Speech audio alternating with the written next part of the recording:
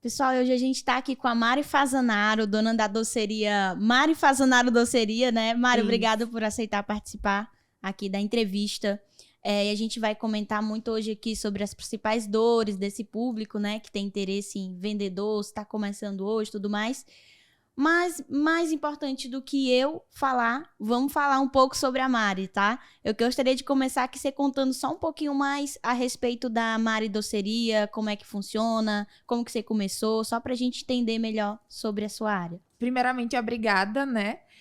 Me chamo Mariana Fazanaro, mas pode me chamar de Mari, já estou acostumada a responder dessa forma, né? Ninguém me chama mais de Mariana.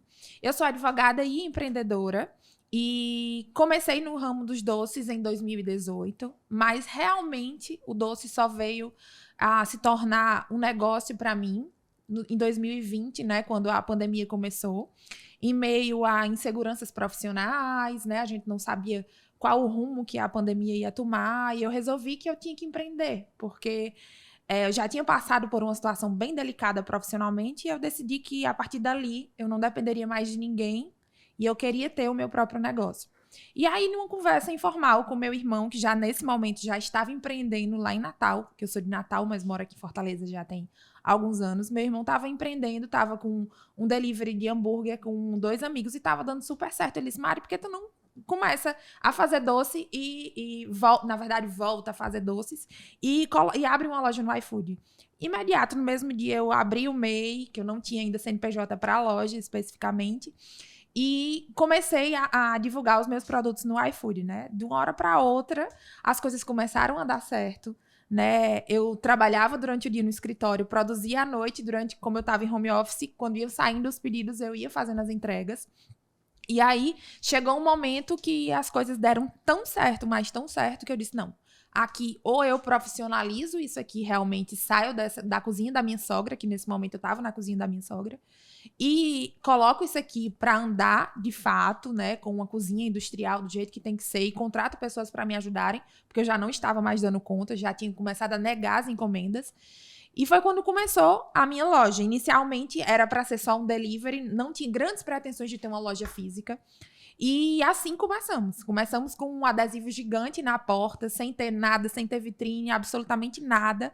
E vendendo cada vez mais, cada vez o faturamento aumentando, até que eu consegui construir com a própria loja, né? O faturamento da própria loja, eu montei a loja física. E hoje a gente chegou no faturamento de mais de 50 mil reais. Temos 6 funcionários, fora os entregadores. Então, assim, não é mais a minha família somente que depende da empresa, né? Hoje são praticamente 8 famílias que dependem da Mari Fazanaro Doceria. Legal.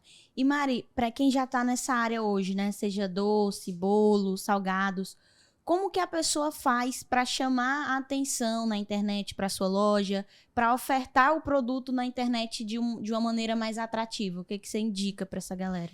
Eu falo muito que eu gosto de compartilhar as minhas experiências, né? Quando eu virei a chave na minha cabeça e, de fato, entendi que a fotografia, para quem trabalha com comida, é algo muito importante. E não é só um custo, e sim um grande investimento, né? Eu investi no meu primeiro ensaio fotográfico. E, de fato, ele foi o maior divisor de águas da minha empresa, né? A gente fez o primeiro ensaio fotográfico na varanda da minha sogra, me lembro demais. Fizemos um cenário meio que improvisado, e as fotos ficaram simplesmente maravilhosas, e foi uma das campanhas e datas comemorativas em que eu mais vendi, que foi esse Dia das Mães. Vendi ao ponto de não dar conta, né? A minha logística de entrega não funcionou, porque só era eu e os aplicativos que eu tinha para usar. Então, assim, sentei no chão, chorei, mas no outro dia eu tava lá pensando, o que é que eu fiz de errado, que deu certo, mas que eu preciso melhorar, porque eu já não aguentava mais receber reclamação dos atrasos naquele dia. Então, assim, eu comecei com aquela história de que a dor me ensinou aonde chegar, aonde eu queria chegar. E as fotos, eu julgo ter sido importantíssimo, até mesmo para o nosso posicionamento dentro do Instagram, dentro dos aplicativos de delivery. Assim, em conversas que eu tive recente com as pessoas que trabalham em aplicativos de delivery, eles falam muito que o que mais chama a atenção do cliente, de fato, são as fotos. Então, assim, o cliente, primeiro, ele come com os olhos, né? Então, muito embora a gente tenha produtos de boa qualidade, a gente precisa despertar esse desejo no cliente. E o desejo hoje, com as redes sociais, que a gente tem aí uma mídia praticamente gratuita, né? é a ferramenta que a gente tem ao nosso favor, né? Então, eu acho que, assim, a gente pode explorar essa ferramenta e a melhor forma de fazer isso são, de fato, fotos instagramáveis dos nossos produtos, né? Aquele famoso, o food porn, que desperta o desejo, você pegar, assim, um bolo com a calda escorrendo. Se você olhar, você tem vontade de comer. Isso, é verdade. E, assim, essa parte de estruturar o Instagram, trabalhar fotos mais bonitas, né? Já é um caminho pra gente ter vendas todos os dias ou entra mais alguma coisa aí, né? Como é que eu faço pra tá vendendo todo dia? Eu falo muito que, assim, a confeiteira tem uma mania de dizer assim, eu vou trabalhar hoje, eu tenho uma conta pra pagar, amanhã eu não trabalho mais. Eu acho que mais importante do que qualquer coisa é a constância. Se eu me comprometo a estar ali disponível, o meu cliente tem que saber que ele pode contar comigo, né? Hoje, a minha loja, ela abre de segunda a segunda, de 11 às 19 horas. Então, se você tá no meio da tarde e você tá precisando de um bolo, você sabe que você vai encontrar na Mari Fazanaro Doceria. Então, a constância, a presença nas redes sociais, o fato da gente estar postando sempre, lembrando o cliente que a gente está ali disponível, isso é mais importante do que o Instagram muito bonito, né?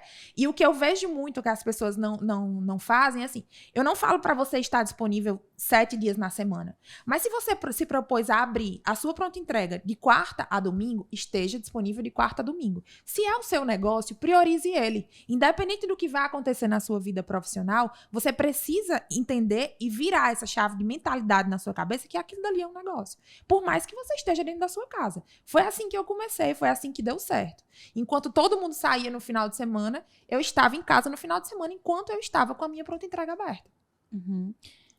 Essa questão, assim, de vender todo dia, né? Para quem tá nesse mercado hoje, sabe que os produtos estão cada vez mais caros, Absurdos. né? Um leite condensado, um trigo, um óleo, que é muito importante também. Como é que a pessoa faz, assim? Porque se cobrar o valor que tem que cobrar referente aos produtos, não vai ter venda. E se não achar um preço legal, vai ter que pagar para trabalhar, né? Como é que a gente consegue vender dessa forma? Qual a importância, assim, de ter o produto bem precificado?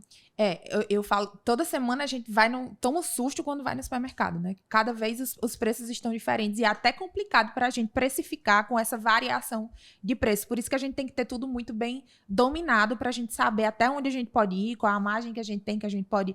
essa variação de preço de produto, ela pode nos afetar, né? Mas eu acho que o mais importante do que a própria precificação em si, né? Porque assim, a gente atribui um preço para o nosso cliente pagar. Mas o valor do nosso produto a ser entregue para o nosso cliente, isso é muito mais importante, né?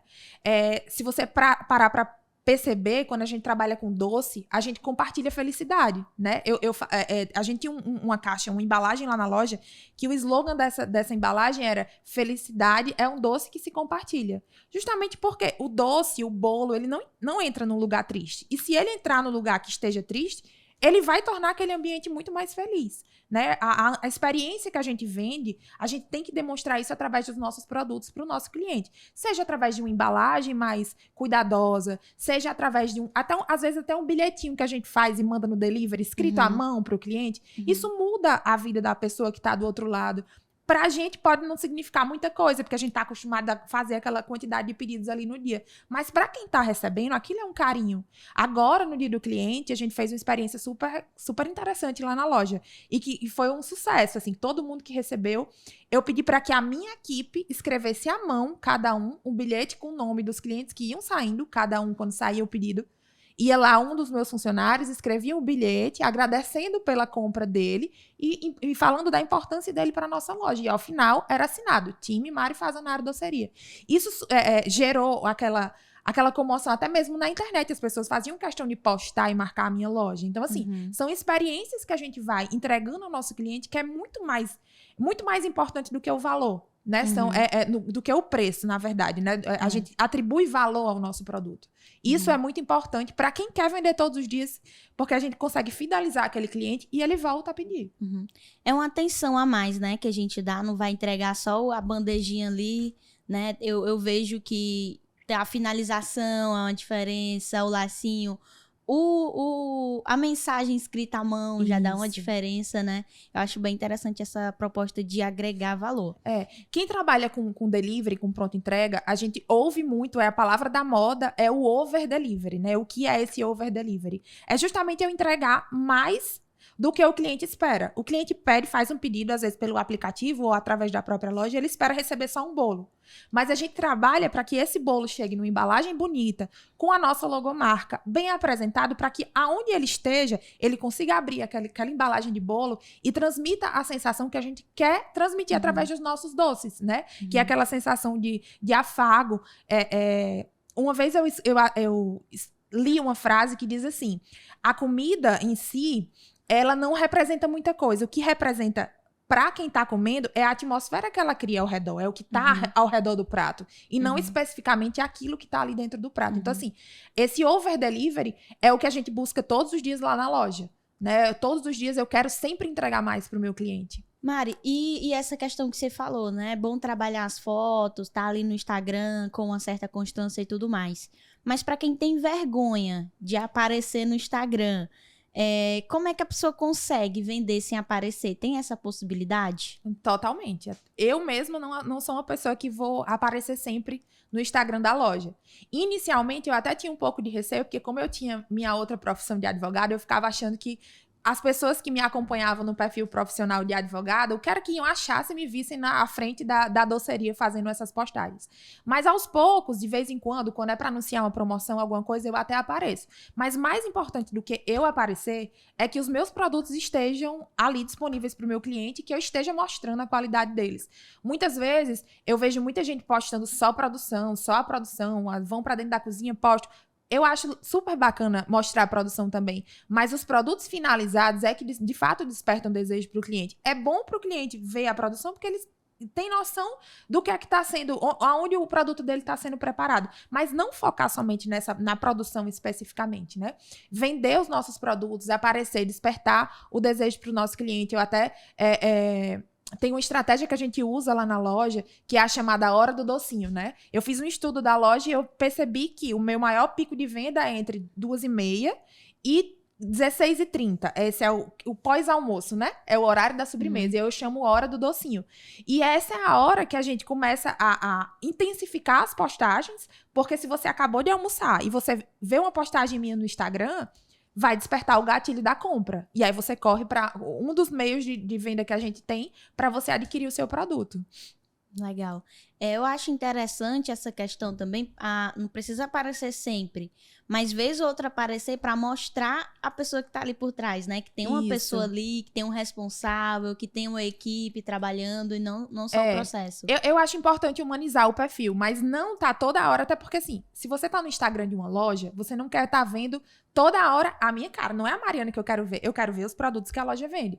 Uma coisa é só eu fazer um vídeo mostrando um produto, apresentando um produto, um lançamento, lançando uma promoção, do que você tá toda hora só vendo minha cara falando ali sem ver o produto que eu tenho a oferecer, né? Então, assim, muita gente tem essa objeção, mas eu não acho que seja isso que vai fazer você vender mais ou vender menos. Pelo contrário.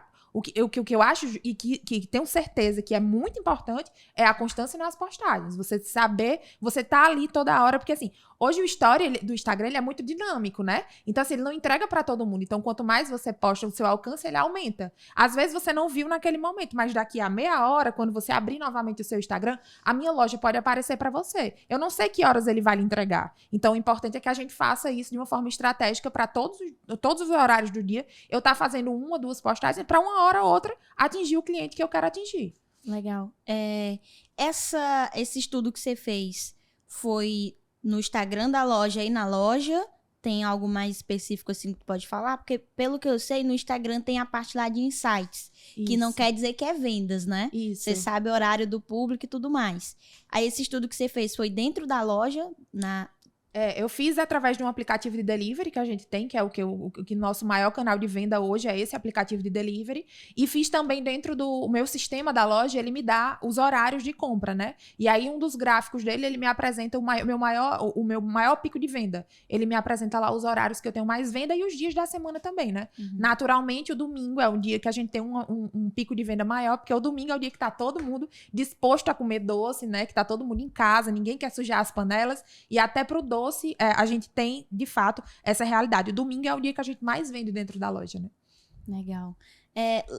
Mari, e a questão, assim, de quem produz o material todo dia, tá todo dia fazendo, mas não tá tendo muita venda e acaba perdendo o produto. O que a pessoa pode fazer, né? Nossa, perdi minha venda todinha, o que eu posso fazer agora?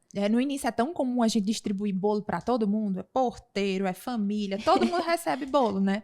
Mas eu acho que quando a gente começa a conhecer o nosso negócio, a gente entende de fato o que é vendável, e a gente dos métodos que eu utilizo na minha loja é o cardápio inteligente, né? Que são produtos que se interligam entre si. Por exemplo, eu tenho um brownie que eu vendo o brownie recheado, o brownie puro, eu vendo a torta brownie. Então, são todos os produtos feitos da mesma massa base, né? Que a gente chama massa base na confeitaria. Então, desse produto, eu tenho milhares de preparos. Então, assim, se eu não vendi o brownie, eu vou vender o brownie recheado. Se eu não vendi o brownie recheado, eu vou vender a torta brownie. Então, assim, ele não vai ter desperdício. Uhum. O cardápio inteligente, ele consiste justamente nisso. É você identificar os melhores preparos que você possa ter. E também tem uma outra coisa que eu acho importantíssimo, que é até muito importante a gente tocar nesse ponto, que é o congelamento. Tem muita gente que não sabe congelar os produtos, né? E esse é um grande aliado, principalmente para quem trabalha com pronta entrega.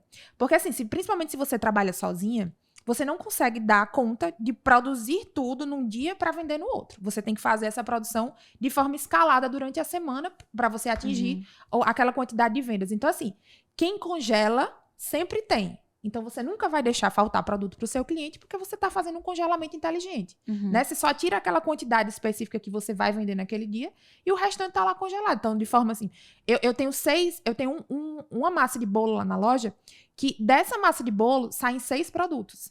Então, eu sempre tenho essa massa congelada. Seja para fazer um bolo decorado, a gente decora o bolo para entregar. Seja para fazer um bolo de pote dessa massa. Então, assim, o congelamento, ele é o maior aliado, principalmente para quem trabalha com pronta entrega. Uhum. Nessa parte de congelar, uma pessoa que está começando agora, ainda está ali pouquinho, a gente pode usar um congelador da nossa geladeira mesmo, ou precisa ser algo mais industrial? Lá em casa, no início, eu comecei com um congelador da geladeira, porque assim, eu era como eu trabalhava na cozinha da minha sogra, eu não tinha uma geladeira só para os doces. Então, eu pedi para ela só o refrigerador, como era uma coisa assim. O que é importante falar, né? O congelamento no freezer, especificamente, o que é que ele faz com o produto? Ele leva o produto a uma temperatura negativa suficiente para ele passar mais tempo congelado e aumentar a validade dele. No nosso caso, como a nossa saída ela é dinâmica, eu não preciso que esse produto fique durante muito tempo congelado, né? Eu não vou produzir em larga escala, até porque eu só tenho lá um congelador pequeno.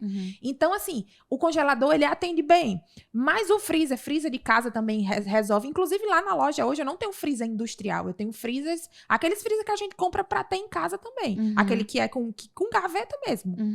São os freezers que a gente usa lá na loja. Certo, então essa ideia de ter já tudo pronto, vamos ver se eu entendi. Eu vou criar uma base e eu não vou rechear nem nada. Aquilo ali é na hora que sair o pedido. Isso. Porque se eu tenho o brownie normal e o brownie recheado e o outro tipo de brownie que vai um enfeite em cima, e eu faço todos com enfeite, aí se a galera pede o brownie normal... Você não vai ter. Já não vou ter, vou precisar fazer e vou perder os recheados que foram... O tempo que o motoqueiro chega na sua casa para pegar o pedido é o tempo que você finaliza. Você vai ter a massa pronta e os recheios prontos. E aí, o que é mais importante, né? O cardápio inteligente, ele faz com que você reduza a quantidade de produtos que você tem à pronta entrega. Porque, às vezes, as pessoas acham que, não, para eu conseguir vender mais, eu tenho que ter milhares de produtos no meu cardápio. Mas não é assim. A realidade é totalmente diferente. Um cardápio muito extenso, ele acaba por confundir o cliente e confundir você também. Porque você não vai dar conta da produção. Então, Então, quando você foca num cardápio enxuto e que você tem propriedade, você tem segurança daquilo que você está fazendo, você vende 1000 vezes mais do que você ter um cardápio gigante aí que você não dá conta de fazer tudo com qualidade.